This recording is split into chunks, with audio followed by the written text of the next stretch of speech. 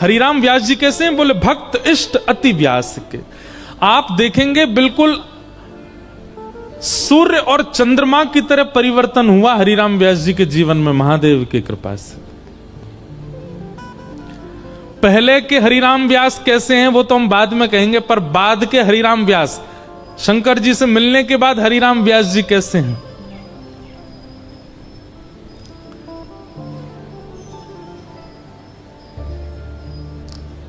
हरिराम व्यास जी संतों की खूब सेवा करते थे। और हरिराम व्यास जी के ठाकुर जी कौन से हैं?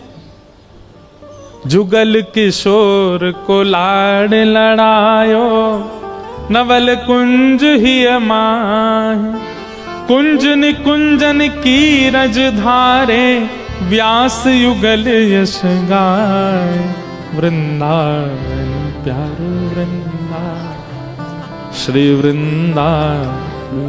आप लोग आश्चर्य करेंगे, और ये हम किसी के इष्ट को या किसी परंपरा को हम कोई गलत नहीं बोल रहे हैं, पर हमारे वृंदावन के सप्त निधियों में जितने भी ठाकुर प्रकट हुए सब एक एक ही प्राप्त हुए। रूप गोस्वामी को गोविंद देव मिले, सनातन गोस्वामी को मदन मोहन मिले, गोपाल भट्ट गोस्वामी जी को राधा रमण मिले, और कौन से रह गए बीच में हैं? हितरवंश महाप्रभु जी को राधा वल्लभ जी मिले, मधु पंडित जी को गोपीनाथ जी मिले। सबको ठाकुर अकेले अकेले ही मिले। किशोरी जी तो गादी जी के रूप में मिली, चूड़ामणि के रूप में मिली, लेकिन एकमात्र ऐसे श्री हरिराम व्यास हैं जिनको जुगल प्राप्त हुए, जुगल किशोर मिले, जिनके लिए किशोरी जी भी प्रकट हो गई। इसीलिए श्री हरिराम व्यास जी गाते हैं, किशोरी तेरे चरणन की रज पाऊं, किशोरी तेरे चरणन। मैं कान पकड़ के क्षमा मांगते हुए कह रहा हूं, हमारे वृंदावन की आचार्य परंपरा में अगर किशोरी जी सहित ठाकुर जी मिले तो केवल हरिराम व्यास को, क्योंकि महादेव की कृपा से। जारज को ब्रह्मादिक तरसत, जारज को ब्रह्मादिक तरसत, सूरज शीश चढ़ाऊं किशोरी तोरे, सूरज शीश चढ़ाऊं किशोरी तेरे, चरणन की रज पाऊं किशोरी तेरे, चरणन की रज पाऊं। बैठी रहूं कुंजन के कोने, बैठी रहूं कुंजन के कोने, श्याम राधिका गाऊं किशोरी तोरे, श्याम राधिका गाऊं किशोरी तेरे, व्यास स्वामिनी की छवि निरखत, व्यास स्वामिनी की छवि निरखत, विमल विमल जस गाऊं किशोरी तोरे, विमल विमल जस गाऊं किशोरी तेरे, चरणन की रज पाऊं किशोरी तेरे, चरणन की रज। इसलिए हरिराम व्यास विशेष हैं, क्योंकि उनको जुगल मिले।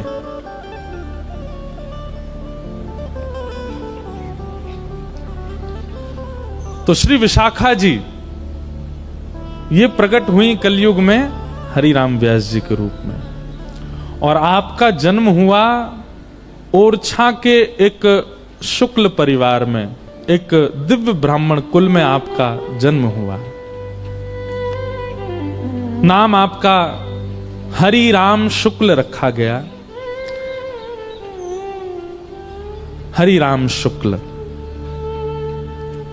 हमने पूरा चरित्र लिख भी रखा अपने पास, आज सुनाते हैं प्रेम से। अच्छा, कई लोग ना वो बहुत जल्दी आके बैठ जाते हैं कथा में, आगे आगे बैठ जाते हैं, फिर बीच में उठ के जाते हैं। ऐसों से हमारी प्रार्थना कि आप जिनको जल्दी जाने का होता है ना, 6-7 बजे जिनको जाना ही है, वो पीछे ही बैठ जाए करो। आप कब आए कब गए किसी को पता नहीं चले, लेकिन जो बेचारे पूरी कथा सुनने के भाव से बैठे उनको विक्षेप नहीं हो। अवर और प्रवर 2 प्रकार के श्रोता बताए गए भागवत जी में।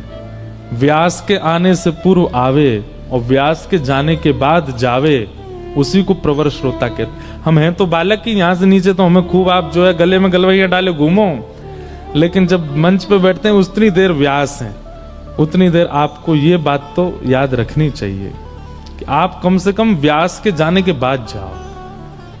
तो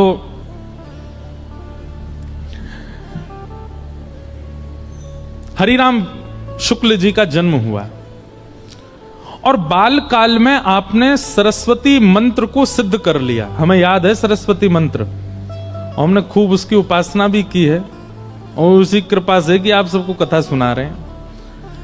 तो सरस्वती दिव्य मंत्र की आपने इतनी उपासना की, इतनी उपासना की, नवरात्रों में आप केवल अन्न जल त्याग करके जल और केवल कुछ फलाहार लेकर के सरस्वती मंत्र की उपासना करते थे।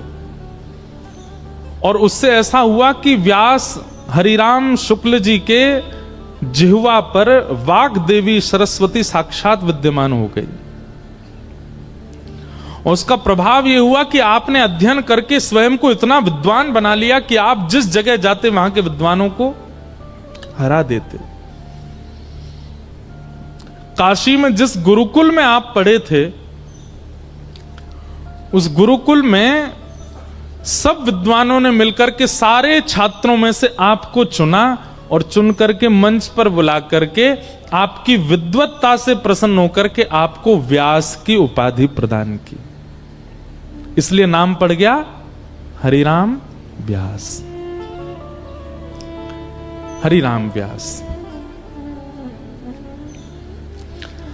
एक दिन हरिराम व्यास जी के मन में आया कि क्यों ना मैं पूरी पृथ्वी पर दिग्विजय करूं। अच्छा, एक तो विद्वान, दूसरे रूपवान, सुंदर रूप भी था, और तीसरा ओरछा के एवं ओरछा के आसपास के राजघरानों के ये कुलगुरु भी थे।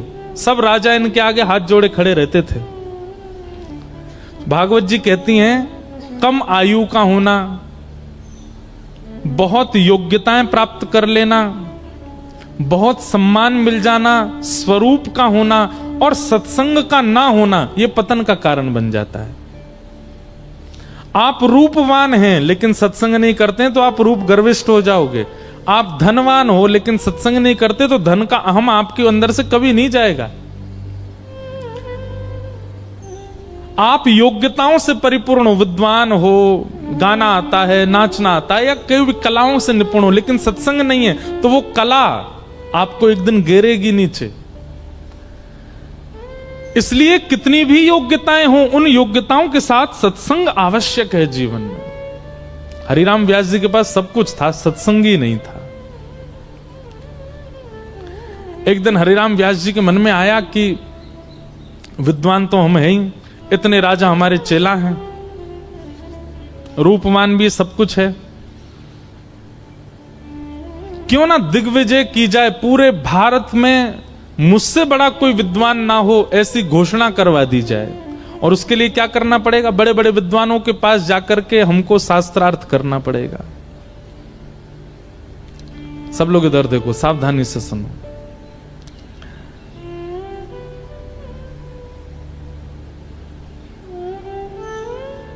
तो उस समय पर ये छपाई मशीन तो होती नहीं थी, तो हरिराम व्यास जी स्वयं ग्रंथ लिखते थे। गुरुदेव से सुना हुआ ग्रंथ याद करके फिर उस ग्रंथ को पूरा आद्योपंत लिखते थे। और ऐसे ग्रंथों की अनेकों बैलगाड़ियां उनके साथ में ही चलती थीं। लोग बागों के बक्साओं में कपड़ा रहते, लेकिन उनकी बैलगाड़ियों में ग्रंथ ही ग्रंथ रहते, और स्वयं लिखित ग्रंथ। उन ग्रंथों को लेकर के हरिराम व्यास जी शास्त्रार्थ दूर, उनके ग्रंथों के नाम सुनकर के बड़े बड़े विद्वान तो वहीं से हाथ जोड़ के भाग जाते थे, बोले हमने तो ये ग्रंथ ही नहीं देखे, इनसे शास्त्रार्थ क्या करेंगे। और सुना ये ग्रंथ इन्होंने खुद लिखे हैं।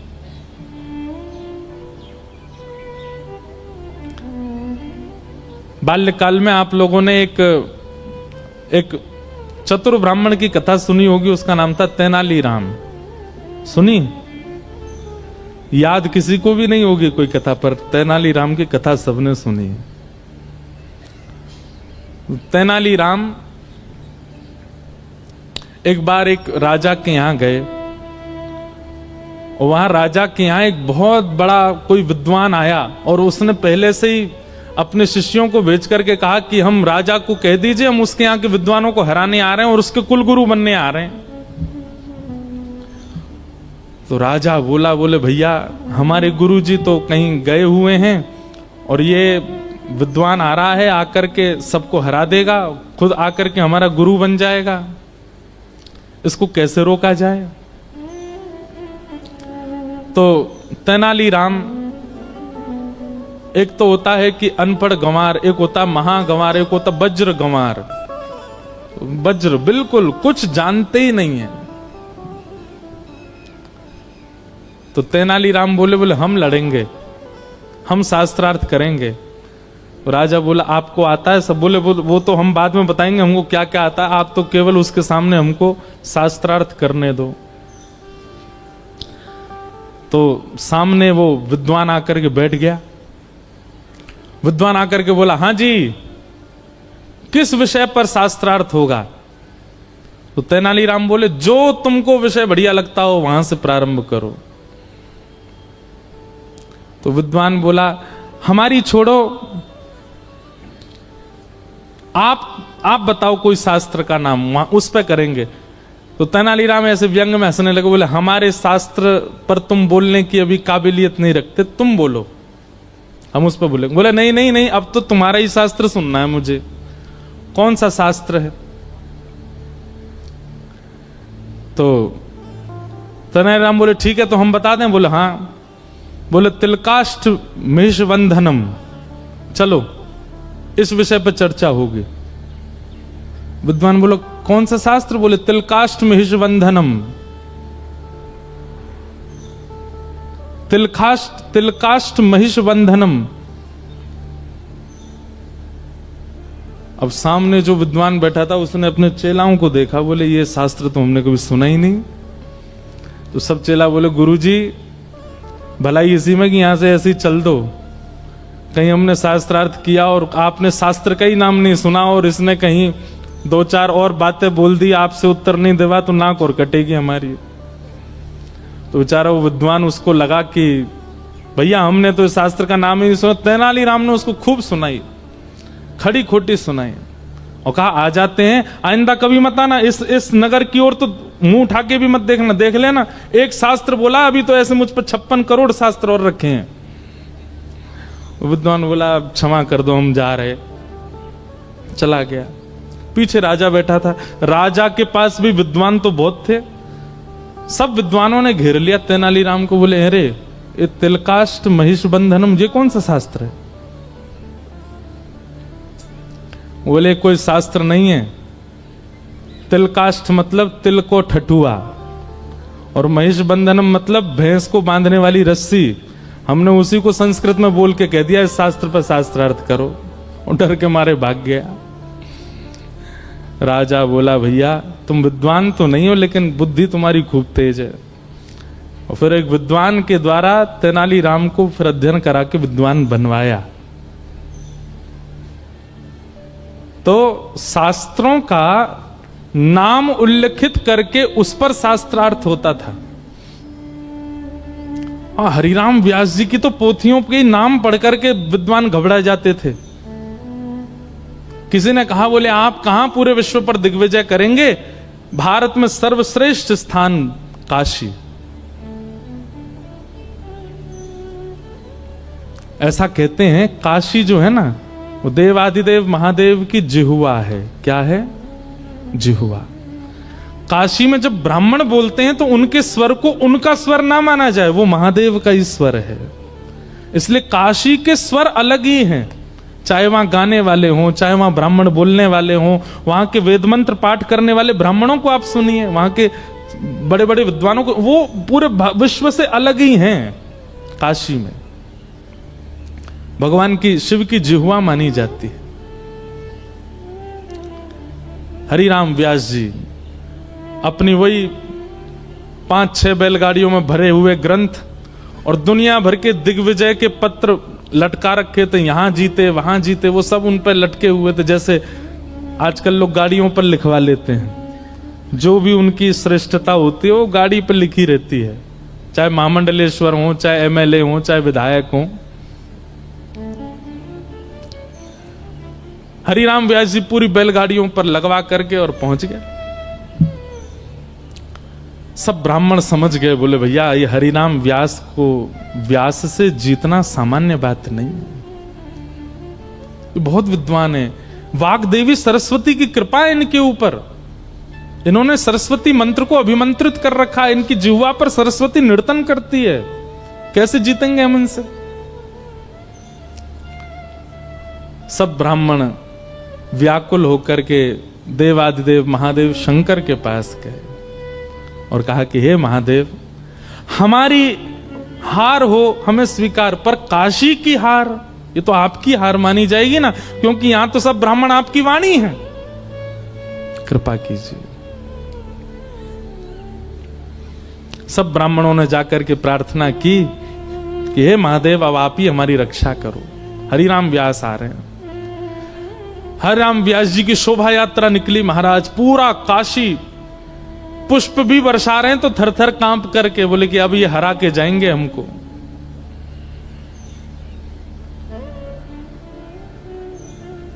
महादेव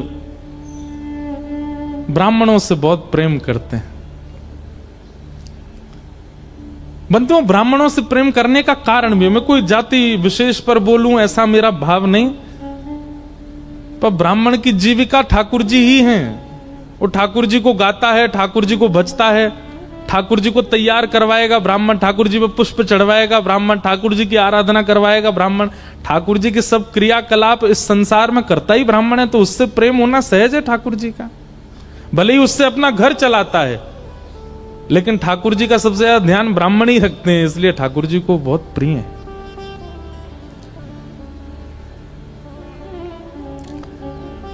ब्राह्मणों की आराधना सुनकर के महादेव बोले अब हम जाएंगे, और एक दिव्य दीनहीन से ब्राह्मण का रूप धारण करके महादेव पहुंचे हरिराम व्यास जी के पास। व्यास जी संध्या से निवृत्त होकर के प्रसाद आदि पाकर के बैठे थे, प्रतीक्षा कर रहे थे कोई शास्त्रार्थ करने आए। बाहर द्वार पर 2 सेवक खड़े थे, तभी शंकर जी ने जाकर के कहा प्रणाम, हम व्यास जी से मिलने आए हैं। सेवकों ने भीतर जाके कहा, बोले महाराज द्वार पर एक ब्राह्मण आया है। हरिराम व्यास जी बोले बुलाओ बुलाओ बुलाओ, उससे तो हमको शास्त्रार्थ करना है। और तुरंत अपना आसन सुव्यवस्थित किया, ग्रंथ निकाल करके रख लिए, और जैसे ही महादेव पहुंचे, बिल्कुल साधारण सी धोती है, साधारण सा गमछा डाला हुआ है, दीनहीन से ब्राह्मण, पतले दुबले, एक एक नस दिखाई दे रही है। उनकी दीनता, सरलता, दैन्यता देख करके हरिराम व्यास जी बोले महाराज आपका रूप स्वरूप देख करके तो ऐसा लगता है मैंने एक श्लोक भी यदि बोला तो कहीं आप गिर ना जाओ, आप शास्त्रार्थ करने आए मुझसे। महादेव बोले नहीं नहीं, हम शास्त्रार्थ करने नहीं आए, हमने पूरे काशी में आपकी प्रशंसा सुनी, आप बड़े विद्वान हैं, आपके पास सारे प्रश्नों के उत्तर हैं, सारे ग्रंथ आपको कंठस्थ याद हैं, हम तो अपनी एक जिज्ञासा लेकर के आए हैं आपसे पूछने। हरिराम व्यास जी बोले पूछो। बोले महाराज आप इतने विद्वान हैं, ये बताइए अत्यंत विद्या प्राप्त करने के बाद उस विद्या का फल क्या मिलता है? विद्वान होने के बाद उसका फल क्या मिलता है? जैसे धनवान होने के बाद इच्छाओं की पूर्ति, कुछ चाहो वो इच्छा पूरी हो जाती है। ऐसे विद्वान होने के बाद उसका फल क्या मिलता है? हरिराम व्यास जी बोले, कोई पूछने की बात है? विद्या ददाति विनयम, विद्या से विनय आता है, विद्या से दीनता आती है, और सबसे बड़ी बात, विद्या से विवेक प्राप्त होता है। विवेक किसे कहते हैं? सही और गलत की पहचान, इसको विवेक कहते हैं। बहुत ध्यान से सुनिएगा, एक कैसा ट्रांसफॉर्मेशन है हरिराम व्यास जी के जीवन में। कहां वो पूर्व के हरिराम व्यास और कहां वो बाद के हरिराम व्यास? महादेव की कृपा। हरिराम व्यास जी बोले, विवेक होता है विद्या से, विवेक की प्राप्ति होती है। अच्छा, विवेक किसको कहते हैं? बोले सही और गलत की पहचान, इसको विवेक कहते हैं। महादेव बोले, तो इसका मतलब आपको भी विद्या का फल नहीं मिला। हरिराम व्यास जी बोले, मतलब? बोले, मुझे आपका विवेक विवेक सा लगता नहीं है। क्यों? क्योंकि आपने अपनी विद्या से, आपने अपनी विद्वत्ता से अपनों से नीचों को हराना उचित समझा है, ना कि उस विद्वत्ता से किसी का भला करना। आपने किसी के घर को प्रसन्न नहीं किया होगा, आपने किसी के घर को आनंदित नहीं किया। जितने ब्राह्मणों से अभी तक आप मिले, सबको रुलाया ही आपने। यह आपका विवेक है। आप विद्वान केवल इसलिए बने हैं ताकि आप पूरे विश्व को हरा सकें, सबसे जीत करके सबके कुलपति बन सकें, और यह विद्या का फल तो नहीं होता। आज पहली बार हरिराम व्यास जी से किसी ने ऐसी बात की, उसके शब्दों में हरिराम व्यास जी को स्थिरता लग रही है। उसके शब्द सुनकर के हरिराम व्यास जी थोड़े से खोए खोए से लग रहे हैं। उसके शब्द सुनकर के हरिराम व्यास जी को पहली बार मौन रहने का मन कर रहा। नहीं तो हरिराम व्यास जी पे तो उत्तर हैं, यह बात याद रखिएगा। जिसके शब्द आपको स्थिर कर देते हो, जिसके शब्द आपके भीतर परिवर्तन करने की स्थिति पैदा कर देते हो, जिसके शब्द आपको अत्यंत शांत कर देते हो, समझ जाना या तो वो हरि हैं या कोई हरिजन है। शब्दों में बहुत ताकत है।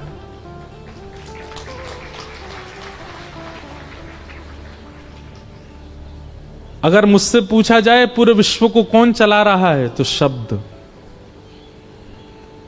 यहां जितने लोग बैठे हैं, कई लोग अपने जीवन में बहुत उपलब्धियां प्राप्त कर लेंगे शब्द की कृपा से। कई लोग अपने जीवन में वृंदावन की प्राप्ति कर लेंगे शब्द की कृपा से। कई लोग अपने जीवन में विरक्तता को प्राप्त कर लेंगे शब्द की कृपा से। और क्षमा कीजिएगा, कई लोग दुष्ट बन जाएंगे, कई लोग राक्षस प्रवृत्ति के हो जाएंगे, वह भी शब्द से। शब्द। हरिराम व्यास जी ने तुरंत हाथ जोड़े, बोले, महाराज मुझे तुरंत सत्य बताइए, आप कौन हो? आप कोई सामान्य नहीं हो, आपका परिचय क्या है?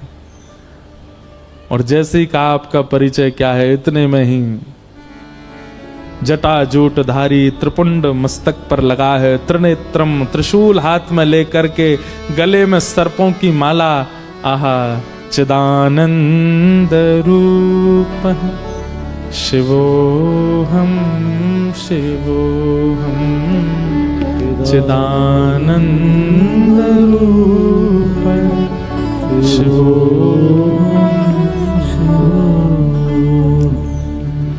साक्षात देवादिदेव महादेव काशी विश्वनाथ प्रभु प्रकट हो गए हरिराम व्यास जी के सामने। महादेव का वह रूप सौम्य करुणता, करुणावतार है। महादेव रुद्र उनका नाम है, परंतु वो रुद्र भाव में नहीं रहते, वो अत्यंत करुणा भाव में रहते हैं।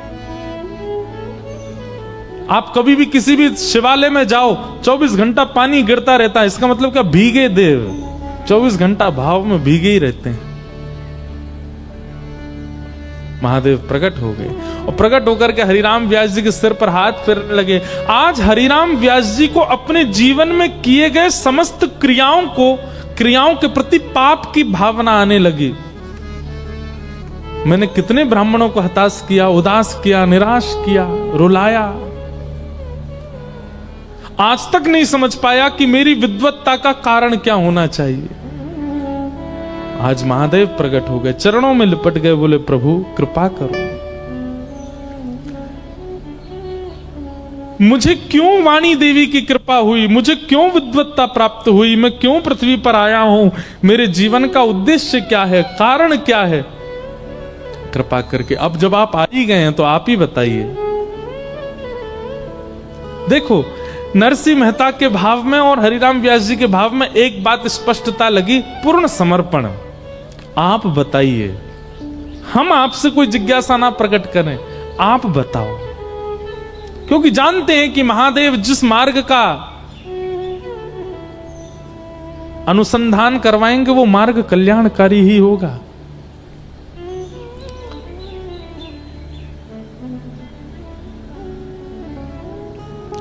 महादेव हाथ फेर करके हरिराम व्यास जी से कहते हैं, व्यास जी उमा कहूं मैं अनुभव अपना, सत हरि भजन जगत सब सपना, सत हरि भजन जगत सब सपना। हे हरिराम व्यास, इस संसार में कितनी भी उपलब्धियां प्राप्त कर लो, तुम हमेशा अपने आप को अपूर्ण ही समझोगे। चाहे कितनी भी विद्वत्ता आ जाए, चाहे कितना भी धन आ जाए, कितना भी ऐश्वर्य आ जाए, कितनी भी योग्यताएं जीवन में आ जाए, आपको परिपूर्णता का अनुभव कभी नहीं हो सकता, क्योंकि ये सपना है और सपना कभी पूर्ण नहीं होता, वो अपूर्ण ही रहता है। ठौर तो केवल एक ही जगह मिलती है, स्थिरता तो केवल एक ही जगह मिलती है, चित्त को शांति और विश्राम तो एक ही जगह मिलता है। कहां? हरि चरणार बिंदों में।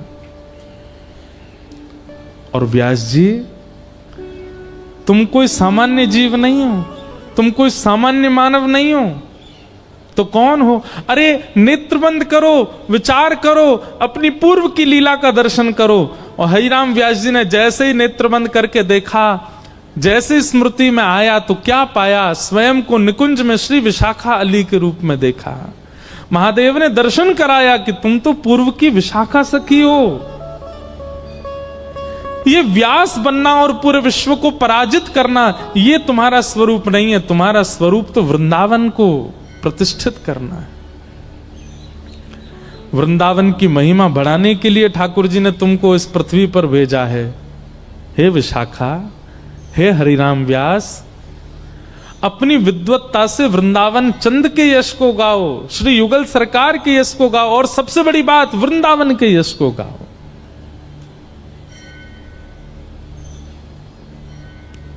हरिराम व्यास जी के नेत्र सजल हो गए। पूरी रात व्यास जी सोए नहीं, काशी में पड़े पड़े केवल और केवल श्री वृंदावन हे वृंदावन, श्री वृंदावन हे वृंदावन, रात भर वृंदावन का स्मरण करते रहे। सुबह उठते ही सबसे पहले गए ओरछा। क्यों? अब देखो, बहुत सावधानी से सुनिएगा। महादेव की जब आज्ञा हो गई थी कि वृंदावन जाओ, तो सीधे वृंदावन क्यों नहीं गए? हरिराम व्यास जी के मन में अब आत्मग्लानि हो रही है कि मैंने इतना समय व्यतीत कर दिया बिना वृंदावन गए। मेरी करीब 30-35 वर्ष की आयु हो गई और मैं अभी तक वृंदावन नहीं गया।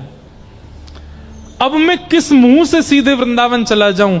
मैं मेरी श्यामा जी को, अपनी किशोरी जी को, जबकि उन्हीं की सखी हैं, उनको कैसे मुख दिखाऊं कि मैं धराधाम पर आकर के यहाँ की माया में इतना तल्लीन हो गया कि भूल ही गया कि मैं तो नित्य सहचरी हूं। अब किसी गुरु के जैसे अपराध करने के बाद में ये होता है ना, कोई बड़ा हमारी होड़ लेवे, कोई बड़ा हमारी साइड लेकर के हमारे आगे आगे चले और हमारी वो हमारी थोड़ी अर्जी लगा दे कि इसको क्षमा कर दो। तो अब गुरु की इच्छा, आज पूरे विश्व का गुरु बनने वाला स्वयं शिष्य बनना चाह रहा है। हरिराम व्यास जी के मन में आ रही है, कोई गुरु जी जीवन में आ जाएं, उन गुरु जी के साथ वृंदावन जाएंगे, अकेले नहीं। अब हरिराम व्यास जी अंतर्मुखी हो गए। अब ज्यादा मन में कोई और चिंतन नहीं चलता है, केवल वृंदावन जाना है, वृंदावन जाना। बड़े बड़े राजा आते हैं, आकर के अपने लाखों के जवाहरात उनके चरणों में अर्पित कर देते हैं, पर हरिराम व्यास जी को अब कोई मान सम्मान भाता नहीं, अब तो केवल वृंदावन जाना। एक दिन वेतवा नदी के तट पर सुबह सुबह हरिराम व्यास जी बैठे थे और तभी वहां एक नवल रामदास नाम के एक भक्त बैठ करके पद गा रहे थे।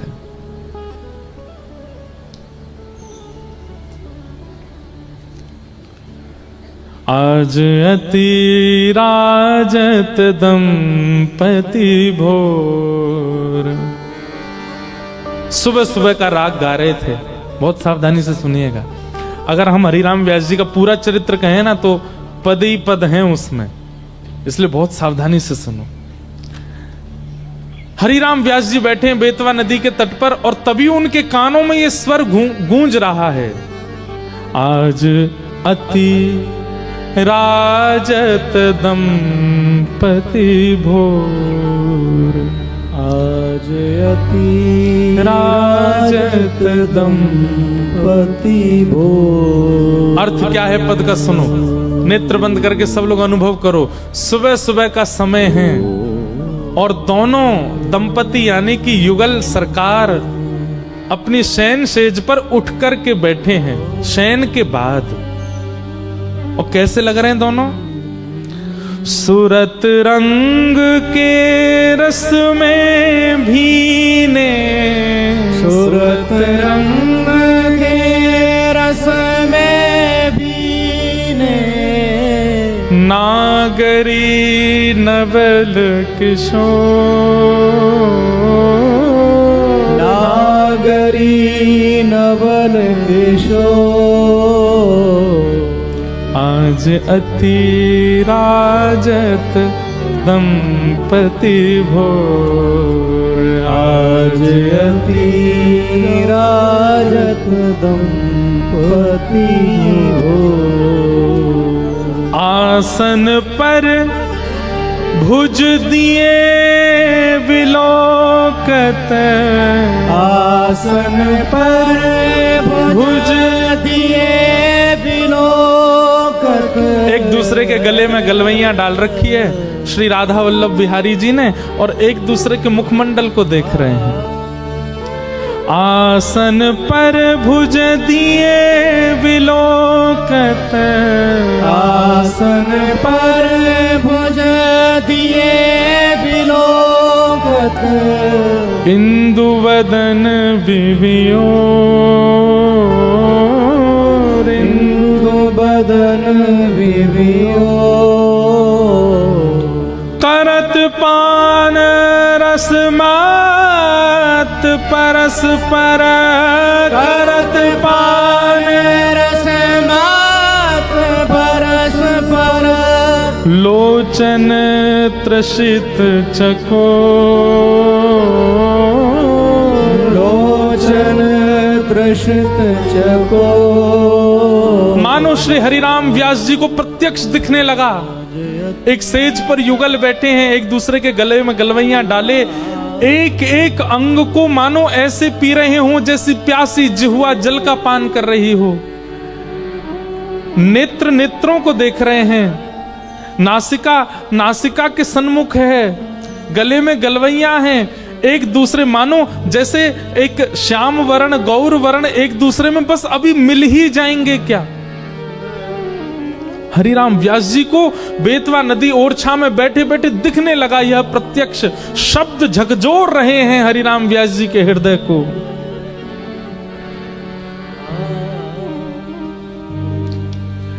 आहा, दोनों सेज से उतर के चलने लगे तो कैसे चल रहे हैं?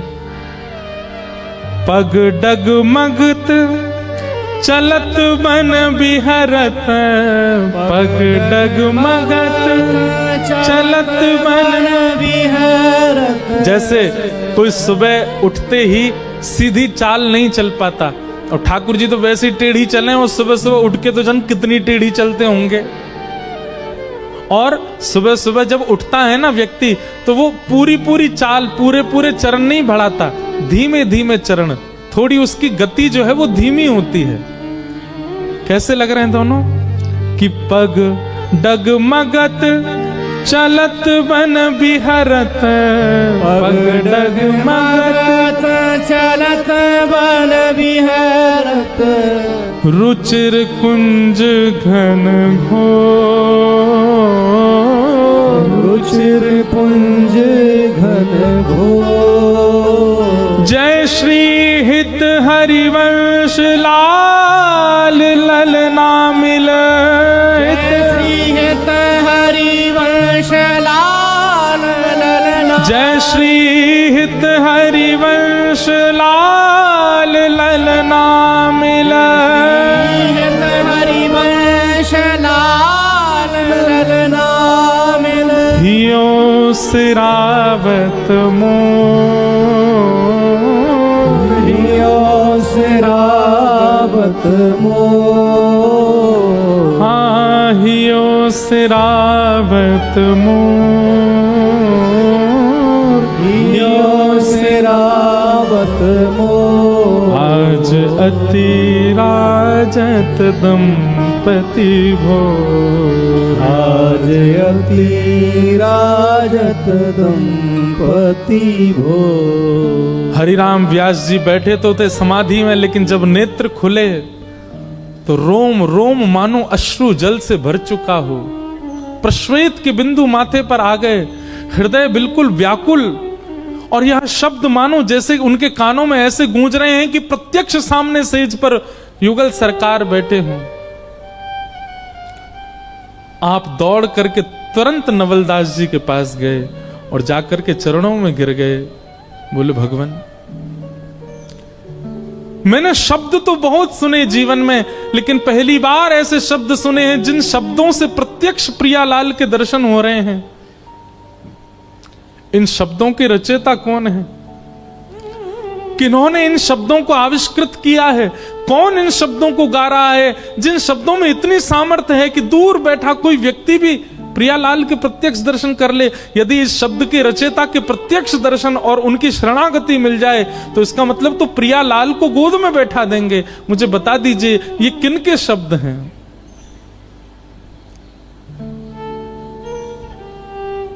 नवलदास जी मंद मंद मुस्काने लगे और कहे, व्यास जी ध्यान से सुनो।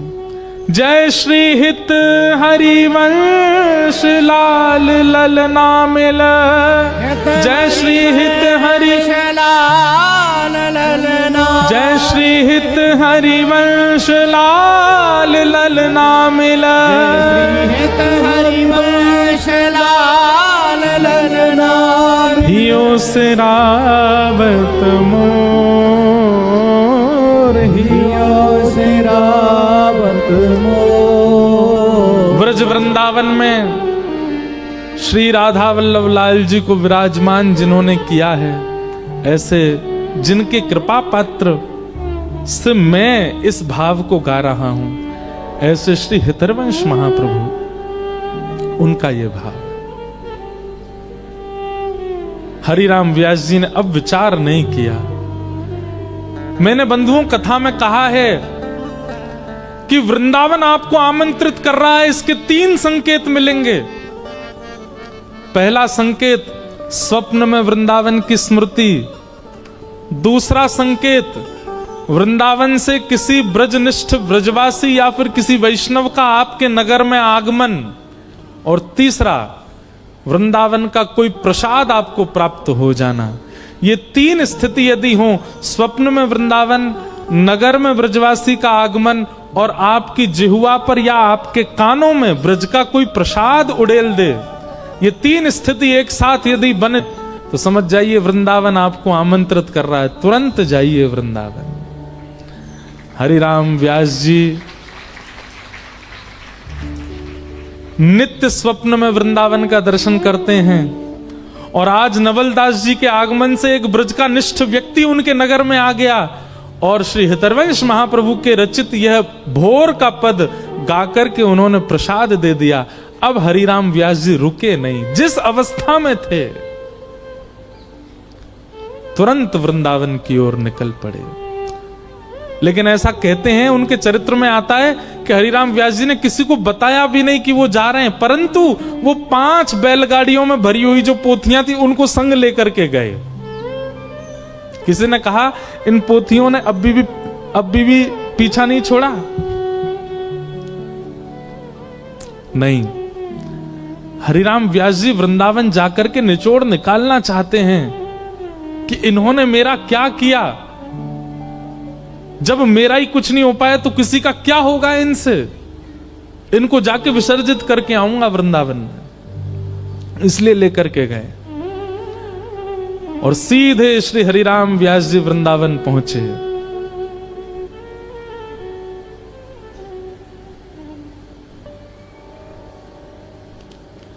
और वृंदावन में श्री राधा वल्लभ जी के मंदिर गए। राधा वल्लभ जी का दर्शन करके श्री हरिराम व्यास जी ने एक पद गाया। हमने कही ना, आज तो पदों की झड़ी लगेंगी हरिराम व्यास जी के चरित्र में।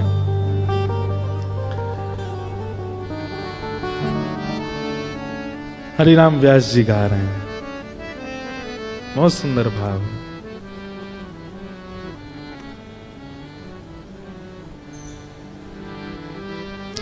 राधा वल्लभ मेरो प्यारो, राधा वल्लभ मेरा प्यारो। प्रथम दर्शन किया है श्री राधा वल्लभ लाल जी का और श्री हरिराम व्यास जी गा रहे हैं जय हो। क्योंकि देखो, राधा वल्लभ जी महादेव के ठाकुर जी और श्री हरिराम व्यास जी को सेवा में भेजा भी किसने? श्री महादेव ने भेजा है। इसलिए प्रथम दर्शन करते ही चित्त में अपने आप शब्द प्रकट होने लगे।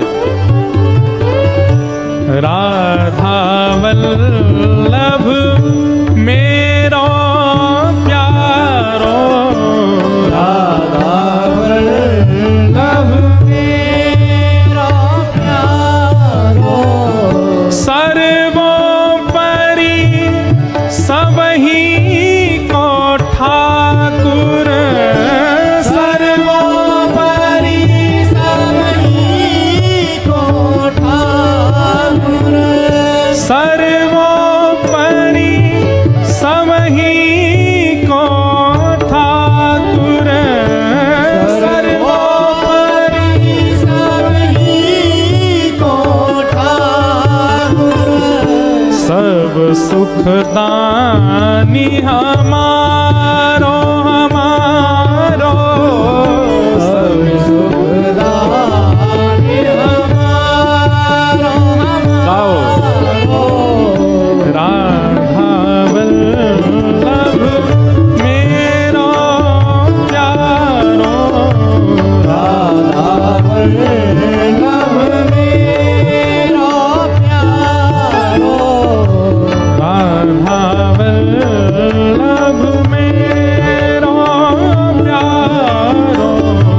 राधा श्री राधा वल्लभ लाल की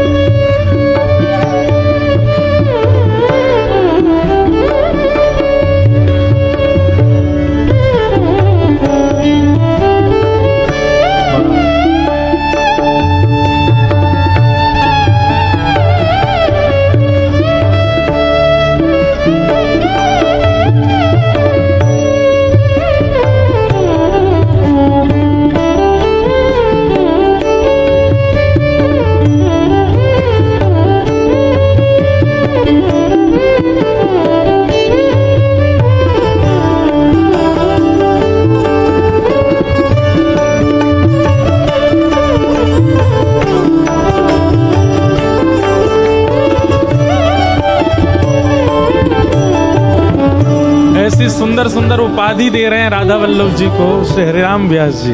क्या हाँ, ब्रज वृंदावन नायक सेवा, ब्रज वृंदावन। सब लोग गाओ। नायक सेवा। एक बात कहें, नामदेव जी महाराज कह रहे थे अपनी किसी वाणी में एक दिन नामदेव जी का भी चरित्र सुनाएंगे। नामदेव जी कह रहे थे कि अगर सत्संग होता है, कीर्तन होता है और कोई बैठा बैठा केवल सुनता है, कीर्तन में गाता नहीं है, करताल नहीं बजाता, तो इसका दंड उसको अगले जन्म में बिना वाणी का बनना पड़ता है। इसलिए भैया अगले जन्म में वाणी चाहिए तो या जन्म में गाओ। और एक बात बताएं, अगले जन्म में जन्म ही नहीं चाहिए तो या जन्म में गाओ, गानो पड़ेगो। इतने सुंदर शब्द हैं और श्री व्यास जी के शब्द हैं। हाँ, ब्रज वृंदावन नायक सेवा, ब्रज वृंदावन नायक सेवा, लायक श्याम उजियारो, नायक श्याम उजियारो, और प्रीति रीत पहचाने जाने, प्रीति रीत पहचाने जाने, प्रीति रीत पहचाने जाने, प्रीत पहचाने और जाने, रसिकन को रखवारो वारो, रसिकन को रखवारो वारो, राधा वल्लभ मेरो प्यारो, राधा वल्लभ मेरो प्यारो, राधा वल्लभ मेरो प्यारो। राधा वल्लभ मेरो प्यारो। रूप कैसा है राधा वल्लभ जी का, आहा। श्याम कमल दल लोचन नैना, श्याम कमल लोचन नैना, मोचन दुख नैनन को तारो, मोचन दुख नैनन को तारो, मोचन दुख नैनन को तारो, मोचन दुख नैनन को तारो, अवतारी सब अवतारन को, अवतारी सब अवतारन को, अवतारी सब अवतारन को, अवतारी सब अवतारन को, महतारी महतारो तारो, महतारी महतारो तारो, राधा वल्लभ मेरो प्यारो, राधा वल्लभ मेरो प्यारो, राधा वल्लभ मेरो प्यारो। राधा वल्लभ मेरो प्यारो। और अंत में व्यास जी कह रहे हैं, राधा वल्लभ जी को पहली बार देखा है अभी, मूर्तिवंत काम गोपिन को, मूर्तिवंत काम गोपिन को, गाय गोप को गारो गारो, गाय गोप को गारो गारो, व्यास दास को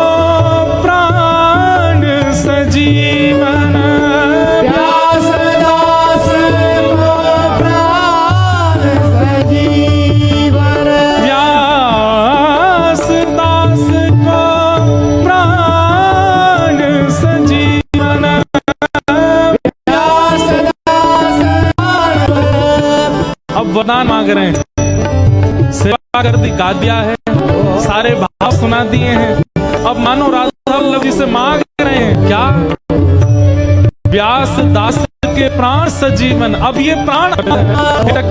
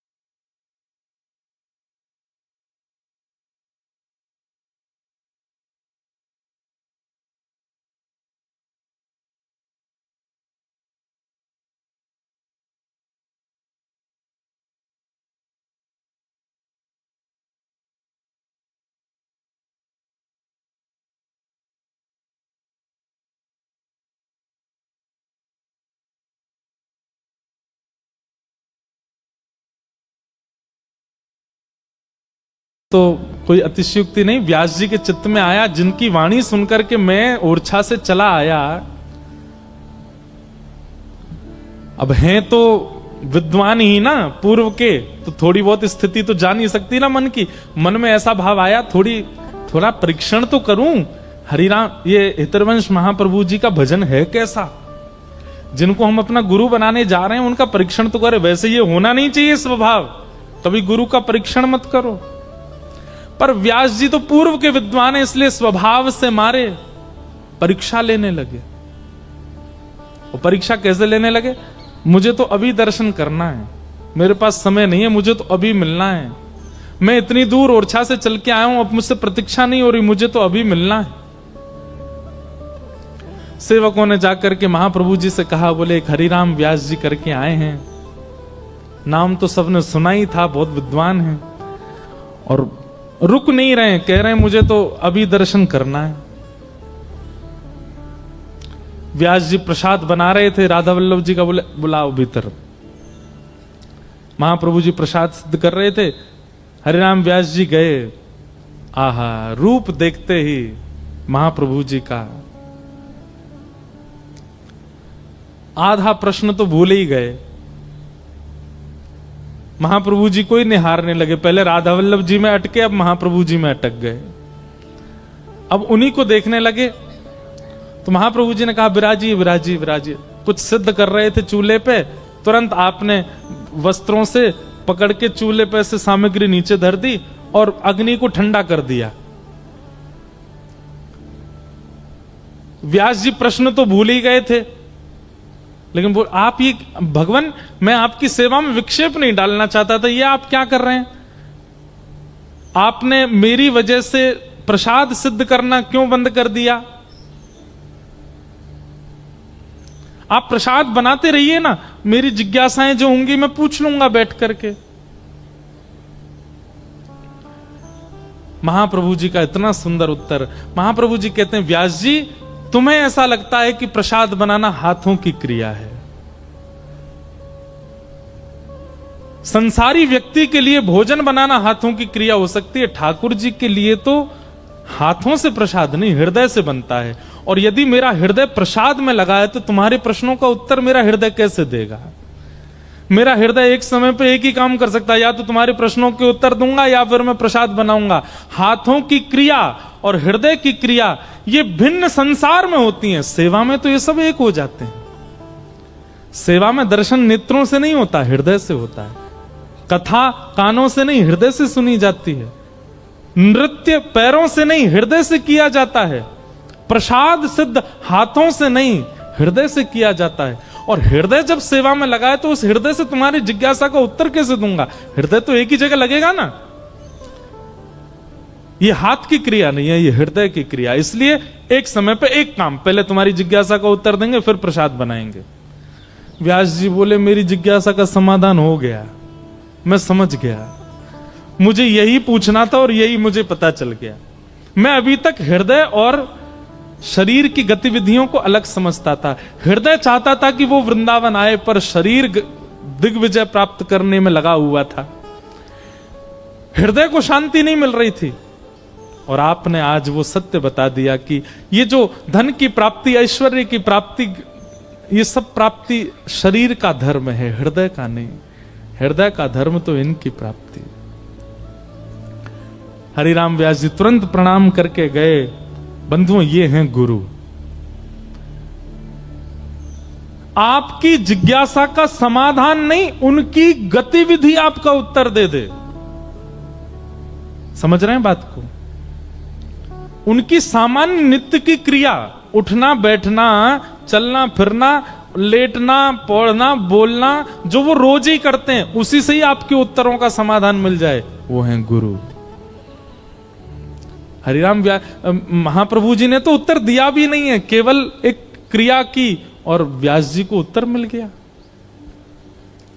और गए जाकर के अपनी जितनी पोथियां लेके आए थे सब जाकर के जमुना जी में विसर्जित कर दी। और विसर्जित करके बोले अब रहेंगे वृंदावन में। आहा,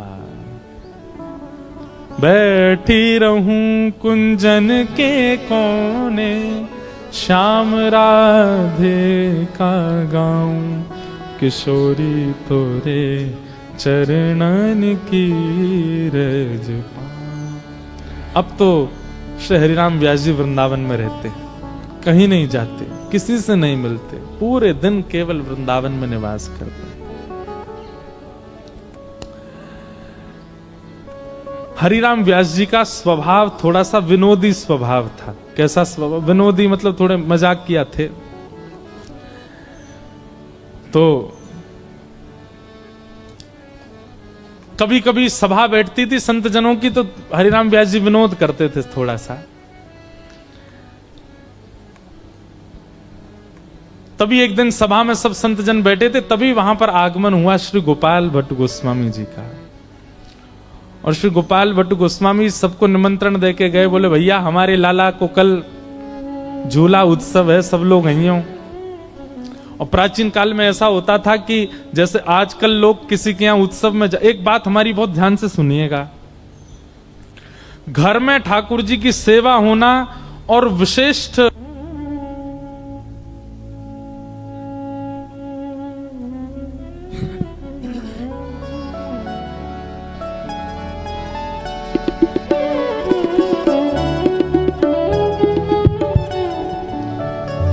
घर में, अब ये दोबारा बंद नहीं है, जाए भैया देख लीजिए।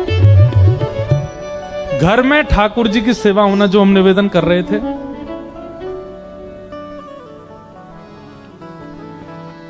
श्री राधा राधा राधा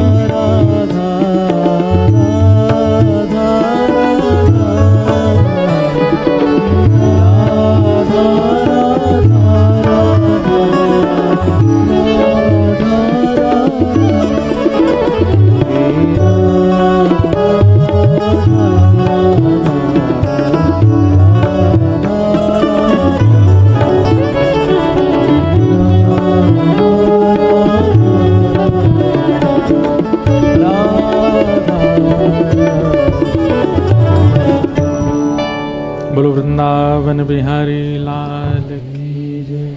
तुम निवेदन कर रहे थे घर में ठाकुर जी की सेवा होना और विशिष्ट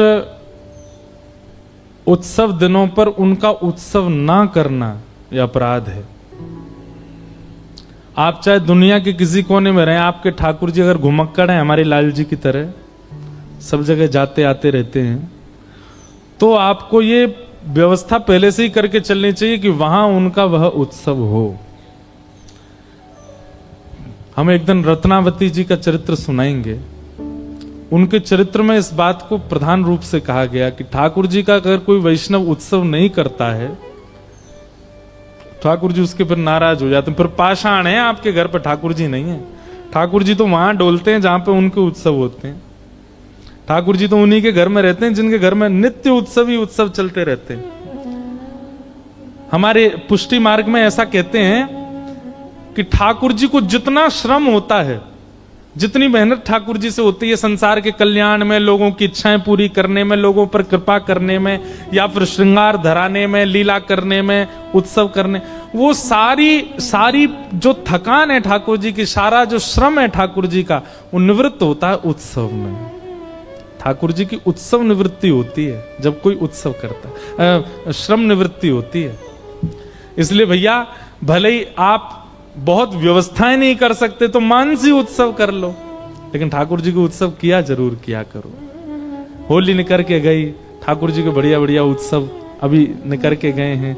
अब रामनवमी आएगी, उसके बाद में फिर ठाकुर जी के चंदन यात्रा आएगी, स्नान पूर्णिमा आएगी आदि। हम तो स्नान पूर्णिमा पे यमुना जी का प्रथम आगमन पृथ्वी पर होता है। एक स्थान है देहरादून के पास, कटा पत्थर, वहां से जल लेके आते हैं यमुना जी का, ठाकुर जी का स्नान कराने के लिए। वृंदावन में जल ऐसा बचा नहीं, अब दिल्ली का सब गंदगी आती है, तो वहां जाते हैं, वहां से यमुना जी लेके आते हैं, फिर ठाकुर जी को बढ़िया स्नान कराते हैं। चंदन यात्रा के कम से कम 5-6 दिन पहले से ही पूरे घर के लोगों की एक ड्यूटी लगा दो, सब बैठ करके चंदन घिसो, खूब सारा, एक आध कटोरी चंदन नहीं होना चाहिए, खूब चंदन घिसो। केसर डाल के उसमें जल की जगह गुलाब जल का प्रयोग करो, खूब चंदन घिसो। चंदन घिस के फिर एक बढ़िया सूती कपड़े में लेके निचोड़ो, उसके ऐसे गोले गोले बन जाएंगे। उनकी बढ़िया बत्ती बना बना के ठाकुर जी गाल पे धराओ, अंग पे धराओ, उसी की पोशाक बना के पहनाओ, उसी का मुकुट धरा दो। इन सब उत्सवों को करने से ठाकुर जी राजी रहते हैं। फिर ठाकुर जी आपको छोड़ के नहीं जाते। ठाकुर जी को भी यूं रहती, यही घर में रहूंगा मैं, रोज बढ़िया बढ़िया बना खवावे, मुँह खूब आनंद करावे, झूला झुलावे, खूब डुलावे। तो कोई और बुलावे को भी तो ठाकुर जी नहीं जाएंगे, बोले मैं ना जाऊंगा, मैं तो यहीं रहूंगा। इसलिए उत्सव किया कीजिए। अगर आप उत्सव नहीं करते हैं ठाकुर जी का, तो आपके घर में ठीक है भावना से ठाकुर जी हैं, फिर वो ठाकुर जी प्रत्यक्ष नहीं बैठे वहां पे। उत्सव तो गोपाल भट्ट गोस्वामी जी बोले, भैया हमारे घर पर उत्सव है, सब लोग आओ। हरिराम व्यास जी को भी निमंत्रण दिया, बोले आप भी पधारिएगा। हरिराम व्यास जी बोले ठीक है हम भी आएंगे। हरिराम व्यास जी पहुंच गए। जैसे ही वहां पहुंचे तो वहां जाकर के व्यास जी ने देखा तो सब लोग बैठे, समाज कीर्तन हो रहा है और भीतर झूला झुला रहे हैं। तो हरिराम व्यास जी ऐसे ताक के देखने लगे, बोले झूला कौन को झुला रहे हो? तो गोपाल भट्ट गोस्वामी जी बोले हमारे शालिग्राम भगवान बैठे हैं ना भीतर, झूला में ही बैठे हैं। अच्छा मुझे दिखे ना, ने पुष्पमाला वगैरह ने थोड़ी दूर करो, थोड़ी दूर करके दिखाए, तब दिखे शालिग्राम जी बैठे हैं। हरिराम व्यास जी बोले वाह भैया बड़े अद्भुत ठाकुर जी हैं, गुलाब जामुन से बहुत बढ़िया। अच्छा व्यास जी आप भी बहुत बढ़िया पदना करते हैं, सुनाइए कुछ। हम व्यास जी बोले हम क्या सुनाएंगे, ठीक है सब लोग गा रहे हैं, नहीं आप भी सुनाओ। हरिराम व्यास जी बोले ठीक है। मोह भटा कढ़ी में बोरे आन। बोले जगन रंग लगायो चंदन, झूले रे झूले मेरे गंड की नंदन। कृपा में कैसे अब व्यास जी तो गा के चले, विरह से थोड़ा विरह तो था उनके चित्त में, लेकिन आनंदित हो गए। लेकिन दूर खड़े गोपाल भट्ट गोस्वामी जी बोले अब गाओ। उस दिन तो कह गए भट्टा कड़ी में बोरे, लो हो गए प्रकट। तो पहले तो व्याकुलता हुई थी गोपाल भट्ट गोस्वामी जी को, लेकिन अब व्याकुल हो गए कौन? हरिराम व्यास जी। और हरिराम व्यास जी रोने लगे और रोते रोते क्या बोले? रूप गोस्वामी को मिल गए, सनातन गोस्वामी को मिल गए, मधु पंडित को मिल गए, हमारे गुरुदेव हरिवंश महाप्रभु को मिल गए, और तो छोड़ो गोपाल भट्ट गोस्वामी जी के यहां इतने सुंदर रूप धारण करके आप प्रकट हो गए, मुझे कब मिलेंगे? अब मुझे कब मिलेंगे? यह विरह ही प्रकट करती है ठाकुर जी को। बंधुओं, विरह रूपी मथनी से ही प्रकट होंगे वो। अब 2 दिन पहले तो गोपाल भट्ट जी व्याकुल थे, अब 2 दिन बाद हरिराम व्यास जी व्याकुल हो गए। आप सब पे कृपा कर रहे हो, मुझ पे कब करोगे? मुंह पे कृपा कब होएगी ठाकुर जी?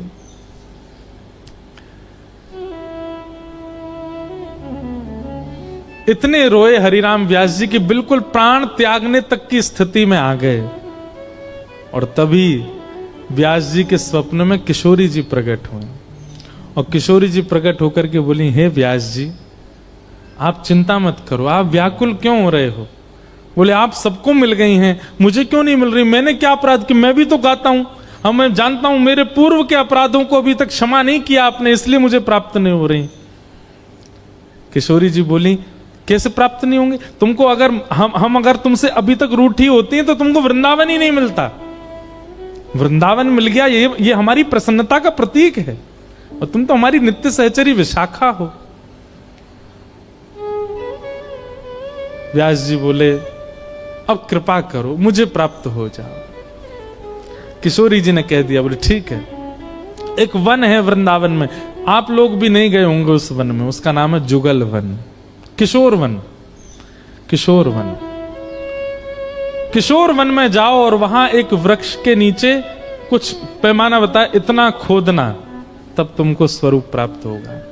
अगले दिन श्री हरिराम व्यास जी जुगल वन पहुंचे, और जाकर के महाराज जैसे ही खोदना प्रारंभ किया, और जैसे ही जितनों किशोरी जी ने बताया भीतर जाकर के देखा, तो एक सरप्राइज दिया किशोरी जी ने, जो मैंने पहले ही बताया कि बाकी सबको तो केवल ठाकुर प्राप्त भय, लेकिन श्री हरिराम व्यास जी ने जब किशोर वन में खोदना प्रारंभ किया वृक्ष के नीचे, तो हरिराम व्यास जी को किशोरी जी ने प्रसन्न होकर के एक सरप्राइज दिया। क्या? बाकी सबको तो ठाकुर, पर हरिराम व्यास को युगल ठाकुर, दोनों युगल मिले। बोलो जुगल किशोर लाल की जय। ऐसे श्री हरिराम व्यास जी को श्री जुगल किशोर जी मिले, बड़े प्यारे ठाकुर हैं। अभी पन्ना में विराजते हैं, मध्य प्रदेश में, हमारे ब्रज के ठाकुर हैं श्री जुगल किशोर। जुगल किशोर को लाड लड़ायो, नवल कुंज ही माई, कुंज निकुंजन की रजधारे, व्यास युगल यश गाय। वृंदावन प्यारो वृंदावन, श्री वृंदावन।